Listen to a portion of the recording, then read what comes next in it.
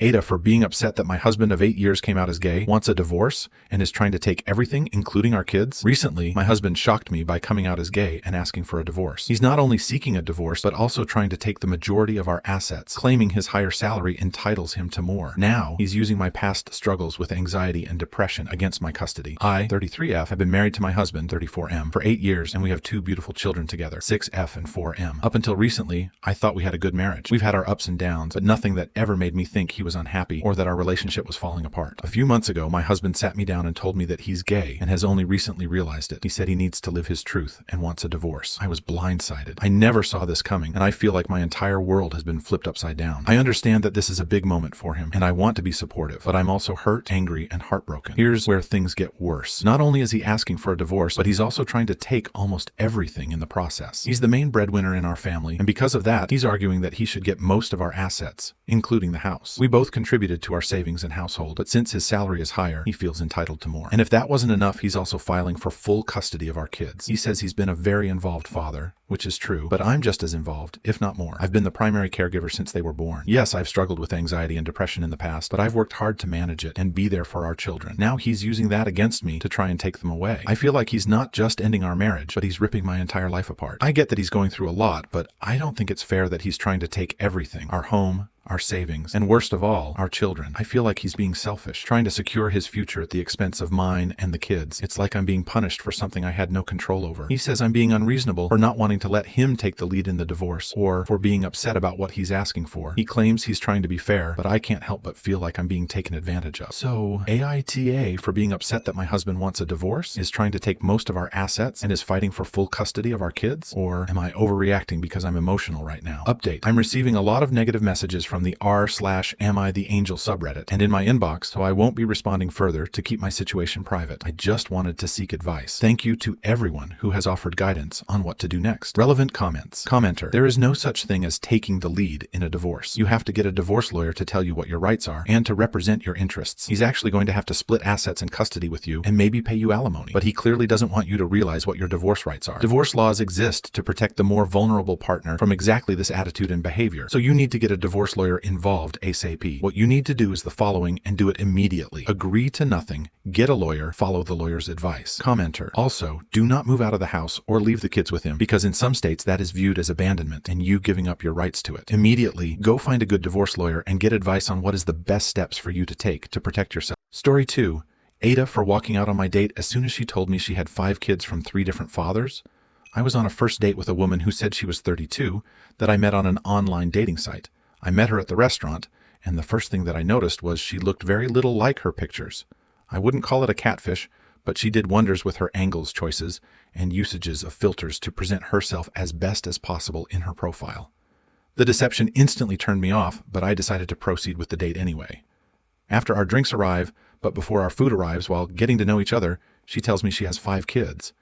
I know from our brief online interaction that she has never been married, so I pretty bluntly ask if they all have the same father, and she says no. She doesn't say how many baby daddies she has unprompted, so I bluntly ask with how many men, and she seemed embarrassed to answer, then said 3.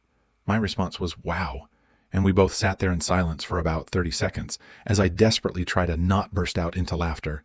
I'm not sure why I found the situation so funny. Maybe it was a nervous tic. I tell her I don't see this going anywhere. Leave enough money on the table for my drink and the food I ordered, and walk out without any further conversation. I wanted to say you should disclose you have 5 kids with 3 different men on your profile to prevent from wasting people's time, but I didn't want to add insult to injury knowing I was about to walk out, and I suppose I could have asked before meeting her. Relevant comments. Commenter: at least she told you on the first date and was truthful. Commenter: could have told him before the date and saved both their time, lol, edit. After reading his comments, he's an absolute dumbass. He claims her profile says she has kids, and he has 1 kid himself. What the hell did he think would happen? Story 3. AITA for telling my friend her daughter will not be going to her house without a court order. I am my best friend's 8-year-old daughter's, Emma, legal guardian. All of this was done through the courts. Emma's had a tough year. Her parents split up. Her stepdad, who's been in her life since she was 6 months old, left with her siblings and said he doesn't want anything to do with her. Her best friend died. Her grandma died, and she went to the hospital 4 times / 2 surgeries. Emma is also severely allergic to nuts. The nuts have been the cause of 2 of her hospital stays. There is no set visitation schedule. I let Emma see her mom whenever she wants. Usually we have her over for dinner because my house is on her way home from work, and it means she can tuck Emma in at night. My friend recently got visitations with her other kids, so I've been bringing Emma over so she could see her siblings. Normally I stay to help out, but I had to work last weekend, so I stayed for maybe a half hour and arranged for the babysitter to pick her up after a few hours. The babysitter called me when she picked Emma up to let me know they were on the way to the hospital. Emma was covered in hives and seemed like she was having trouble breathing. I called her mom on the way to the hospital, and she told me that they were baking with almond flour, and while she gave Emma something else to do, the flour still got on her, and she had a reaction.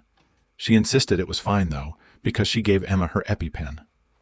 I hung up on her, called the babysitter to tell her Emma had been in contact with nuts over an hour before and had already used her EpiPen, and met them at the hospital.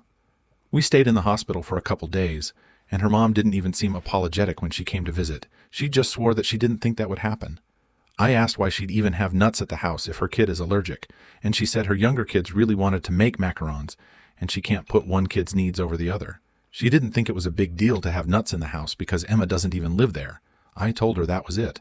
Emma will not step foot in her house again without a court order. She left after that, but she hasn't stopped texting me to tell me to reconsider, and that I'm harming her recovery by keeping Emma away from her. She is still allowed to come over and meet us at the park, but I can't trust her unsupervised with Emma, or that her house will be safe. AITA for saying Emma will not step foot into that house without a court order. Relevant comments. Commenter NTAH, please continue to protect Emma and put her needs first. Obviously, her egg donor does not. Emma is not a toy to be picked up when she feels like it. OP, I'm just worried that her mom will choose to stop seeing her because of this, and Emma can't handle that. Her dad, best friend, and grandma already broke her. Commenter, the sad truth is that her mother does not care about her the way that a mother should. I know you want to protect her from the trauma of learning that fact, but keeping her safe and alive is more important. And one day, she's going to have to come to terms with her mother's callous apathy. You can delay it, but you won't be able to protect her from the truth forever. All you can do is to be there for her when it happens, the same way you have been there for her all along.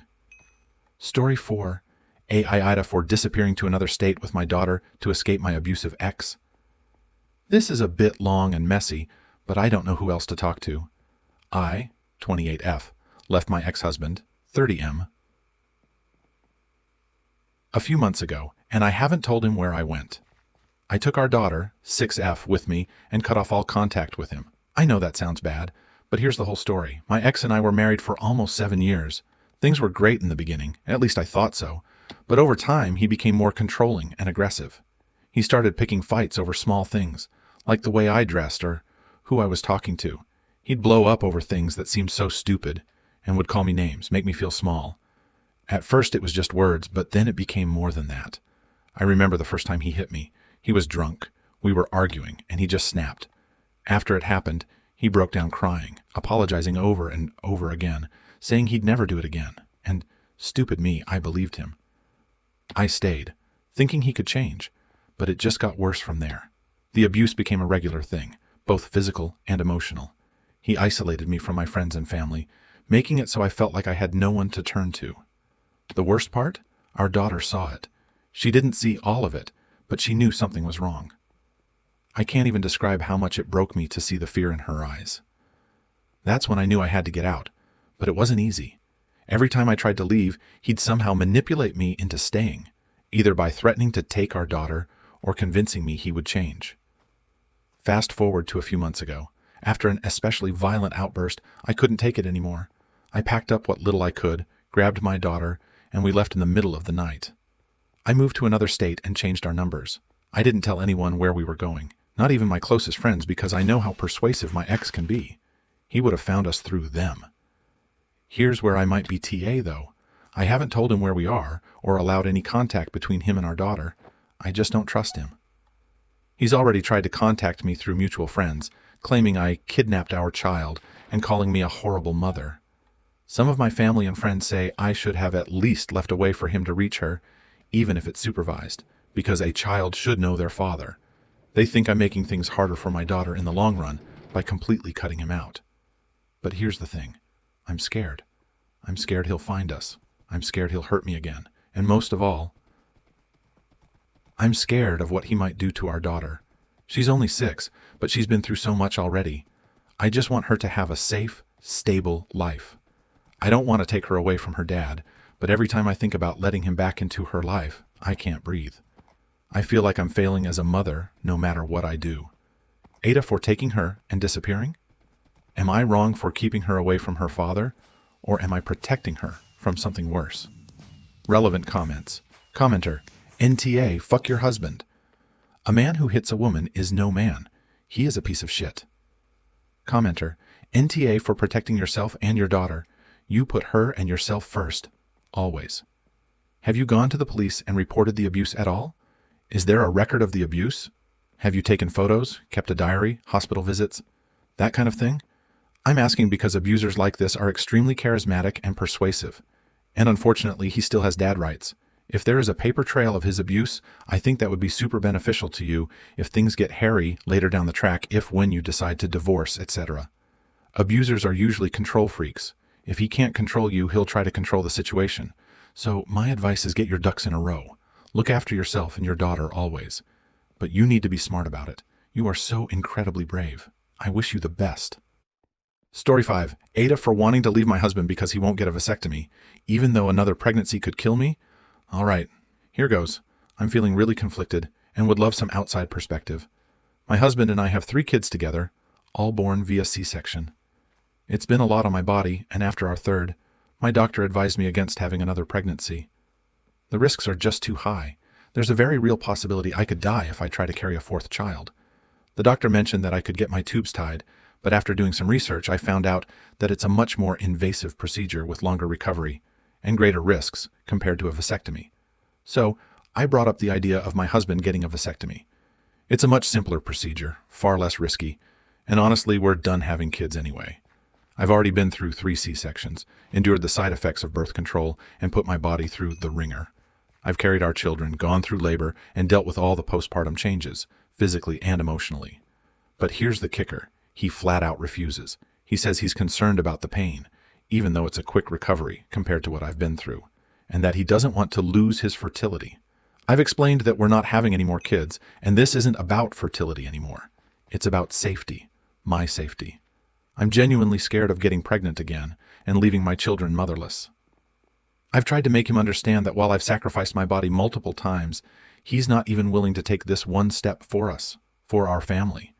And his refusal makes me feel like he's prioritizing his comfort and fears over my health and our future together. I'm at the point where I'm starting to resent him. I love him, but this whole situation is making me question everything. I can't help but feel like I've given so much, and his refusal feels like a betrayal. I'm seriously considering leaving because I can't live with someone who won't support me in something so crucial, especially when my life is on the line. AITA for feeling like this? Would leaving him over this make me unreasonable? Relevant comments. Commenter, he doesn't see this as a final marriage. P.S. I was happier and emotionally safer as a child of divorce than trying to survive my parents' marriage. Commenter, you see your marriage as the end game. He's looking past your marriage. You and him are done having kids. Why else would he care about fertility? Commenter, exactly. He's thinking if something happens to OP or their relationship, he doesn't want anything to stop him from finding a new partner and potentially having more kids. Commenter, NTA, I'd leave him and get a bilateral tubal ligation. Best choice I ever made. Outpatient surgery and quick recovery. This would be for your benefit anyway, to save yourself from any future pregnancies, even if you do split. Thank you for sticking around until the end. If you liked our videos, please remember to like, share, and subscribe to keep up with our latest content. Have a wonderful day.